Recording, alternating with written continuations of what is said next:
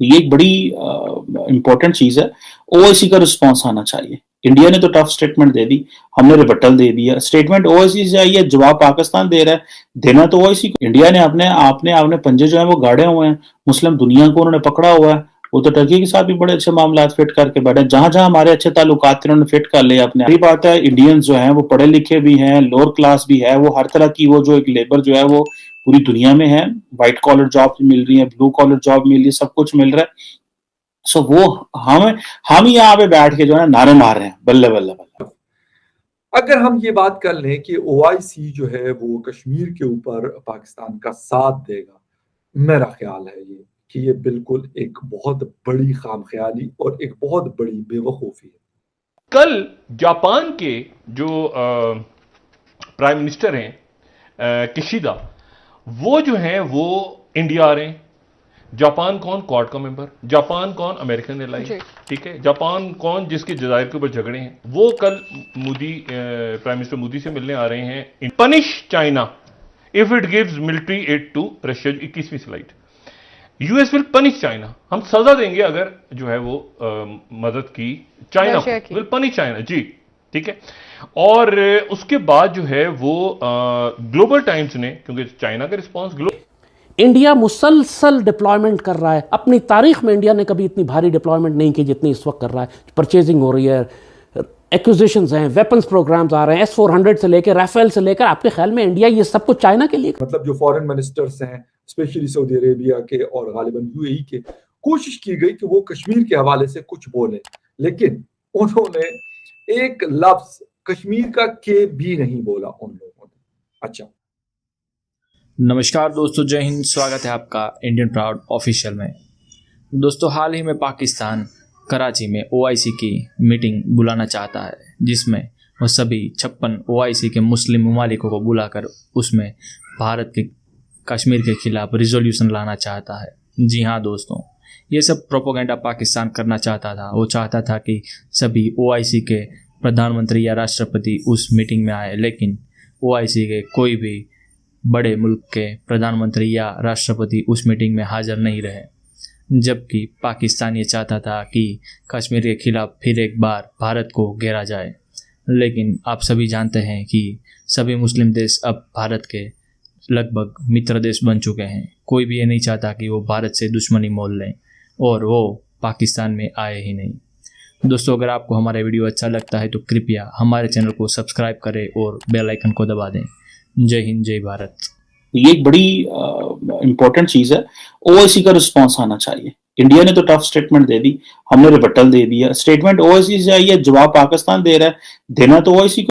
बात करते हैं, बागची साहब ने कहा जनाब कि आप हमारे इंटरनल मामलात में क्यों इंटरफेयर करते हैं, आपको क्या हक पहुंचता है आप हमारे इंटरनल मामलात में इंटरफेयर करें।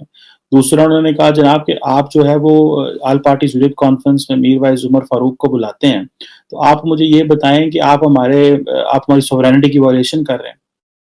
आप नॉन स्टेट एक्टर को बुलाते हैं, आप दहशतगर्द ग्रुपों को बुलाते हैं। और साथ ही उन्होंने जनाब जो है वो अगले दाग दिया। उन्होंने कहा जनाब, ये थोड़े महीने पहले उन्होंने कहा था, उन्होंने कहा जी जो ओआईसी का जो सेक्रेटेरिएट है इसका बेसिकली कम्युनल माइंडसेट है। इंडिया ने आपने पंजे जो है वो गाड़े हुए हैं, मुस्लिम दुनिया को उन्होंने पकड़ा हुआ है। वो तो टर्की के साथ भी बड़े अच्छे मामला फिट करके बैठे, जहां जहां हमारे अच्छे ताल्लुकात थे उन्होंने फिट कर लिया अपने आप को। कुछ उनकी मजबूरियां थी, जिस तरह सेंट्रल एशिया सारे मुसलमान थे, उन्होंने कहा ये तो चाइना का बैकयार्ड है, ध्यान से ये ना हो कि यहाँ से हमारे खिलाफ का मसाइल पैदा हो जाए, इधर भी अपना फुटप्रिंट रखो। उसके बाद टर्की के साथ भी उन्होंने अपने गो के वो चलती रहती हैं, खिंच चलती रहती है। G20 में जब भी बाइडेन जाते हैं, तैयब उर्दगान और मोदी साहब की मुलाकातें होती हैं, बड़े आराम से, गर्म जोशी है, सारा कुछ है। बहुत सारे इंडियंस जाते हैं, टर्की विजिट करते हैं, घूमते फिरते मौजें मारते हैं, टूरिज्म करते हैं। अभी की थोड़ी कम हुई होगी, ठीक है, लेकिन करते हैं। अदरवाइज अगर आप बाकियों को देखें तो सारी मुसलमान दुनिया के तो इंडिया से बड़े अच्छे ताल्लुकात हैं। कश्मीर को तो हमने खुद इस सारे प्रोजेक्ट को खत्म कर दिया है, बिकॉज हम अपने आप को मजबूत नहीं कर सकते। कल जापान के जो प्राइम मिनिस्टर हैं किशिदा, वो जो हैं वो इंडिया आ रहे हैं। जापान कौन? क्वाड का मेंबर। जापान कौन? American ally. ठीक है। जापान कौन? जिसके जजायर के ऊपर झगड़े हैं, वो कल प्राइम मिनिस्टर मोदी से मिलने आ रहे हैं। कोल्ड वॉर तो एकदम से भी हॉट वॉर बन गई जो रशिया के साथ। फिर इंडिया की पोजीशनिंग यूएई की पोजीशनिंग, पाकिस्तान की पोजीशनिंग, और अब इस दौरान बाइडेन और चाइना के साथ तो एक तवील अल मुद्दती इशू था ना, punish China if it gives military aid to Russia. 21वीं slide, US will punish China, हम सजा देंगे अगर जो है वो मदद की चाइना को, विल पनिश चाइना जी, ठीक है। और उसके बाद जो है वो ग्लोबल टाइम्स ने, क्योंकि चाइना का रिस्पांस ग्लोबल टाइम्स में, नेटो का खौफ के मारे नेटो की जान निकली हुई है।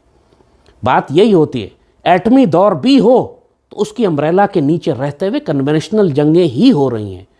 ये जो डॉक्ट्रिन है कि पाकिस्तान और इंडिया दोनों न्यूक्लियर वेपन स्टेट्स हैं, इनके दरमियान जंग नहीं हो सकती, ये सारी डॉक्ट्रिन भग से उड़ गई है आज यूरोप में, कि नेटो और रूस के दरमियान जंग हो रही है इस वक्त, और नेटो जो है वो खौफ के मारे पीछे हट गया।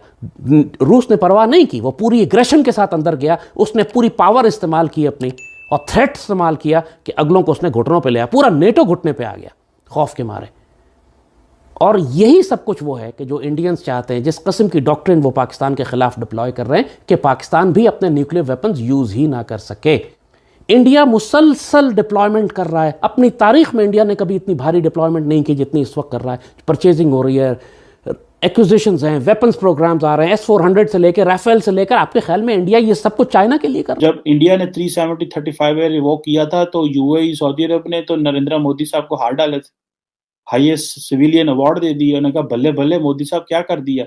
और हमारा जो था वो हमारे लिए मसला पैदा हो गया कि असा थड़ा की तलक रह गया ओआईसी के साथ। जिस मुल्क ने हमारे डिस्प्यूट, हमें हमारा जो है वो सबसे बड़ा नुकसान किया हुआ है कि वो कश्मीर के, हमारी तो सारी इंडिया के साथ ताल्लुकात कश्मीर के ऊपर ही खराब है ना। और हमारा इंडिया के साथ क्या डिस्प्यूट है बड़ा, बाकी छोटे मोटे तो ममालिक के डिस्प्यूट होते हैं, कभी कोई रन ऑफ कच्छ में है, कोई कारगिल में है, कोई इधर उधर, कोई LOC है, वर्किंग बाउंड्री, ये तो चलते रहते हैं।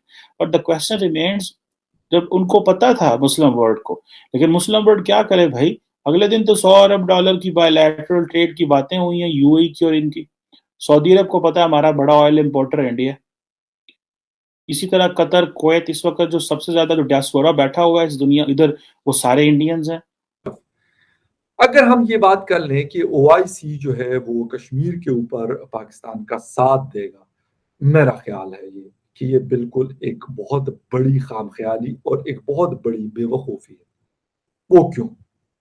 वो रीजन आपको बताता हूँ। अगर पिछले 2 सालों से या 3 सालों का एक छोटा सा एनालिसिस हम करें, सऊदी अरेबिया ओआईसी का लीडर है, यूएई है, कुवैत है, कतर है और बहुत सारे ममालिक हैं। उनका जो स्टांस है वो टोटली चेंज हो चुका है, और वो यहां तक चेंज हो चुका है कि हमने अभी तकरीबन 1-1.5 माह पहले Saudi army chief general Faisal साहब ने विजिट किया और जनरल नरवाणे के साथ उनकी मुलाकात हुई। 2 रोजा सरकारी दौरे पे वो न्यू दिल्ली आए। एक तो ये हो गया। इसके अलावा prime minister of India Narendra Modi ji ने सऊदी अरेबिया का विजिट किया और MBS ने न्यू दिल्ली का विजिट किया। इसी तरीके से जो गल्फ कंट्रीज में यूएई एक बड़ा मजबूत मुल्क है, उनके लोगों ने वो हिंदुस्तान आना जाना और हिंदुस्तान का वहां आना जाना एक रूटीन में। लेकिन इससे बढ़कर भी जो चीज पाकिस्तान के लिए मेरे ख्याल में it's very threatening for Pakistan foreign policy और स्पेशली पाकिस्तान की जो कश्मीर पॉलिसी है उस हवाले से बड़ी डेंजरस है, और वो है क्या? वो है यूएई की जो अनाउंसमेंट उन्होंने की है, MOU साइन हो चुका है और गालिबन इस साल उन प्रोजेक्ट्स पे काम शुरू हो जाएगा। मुख्तलिफ किस्म की उनकी इन्वेस्टमेंट है, मतलब कोई मॉल्स वगैरह में भी है और मुख्तलिफ किस्म की उनकी गालिबन बाकी इंफ्रास्ट्रक्चर भी जो है जो इंडियन साइड का कश्मीर है वहां पर। तो ये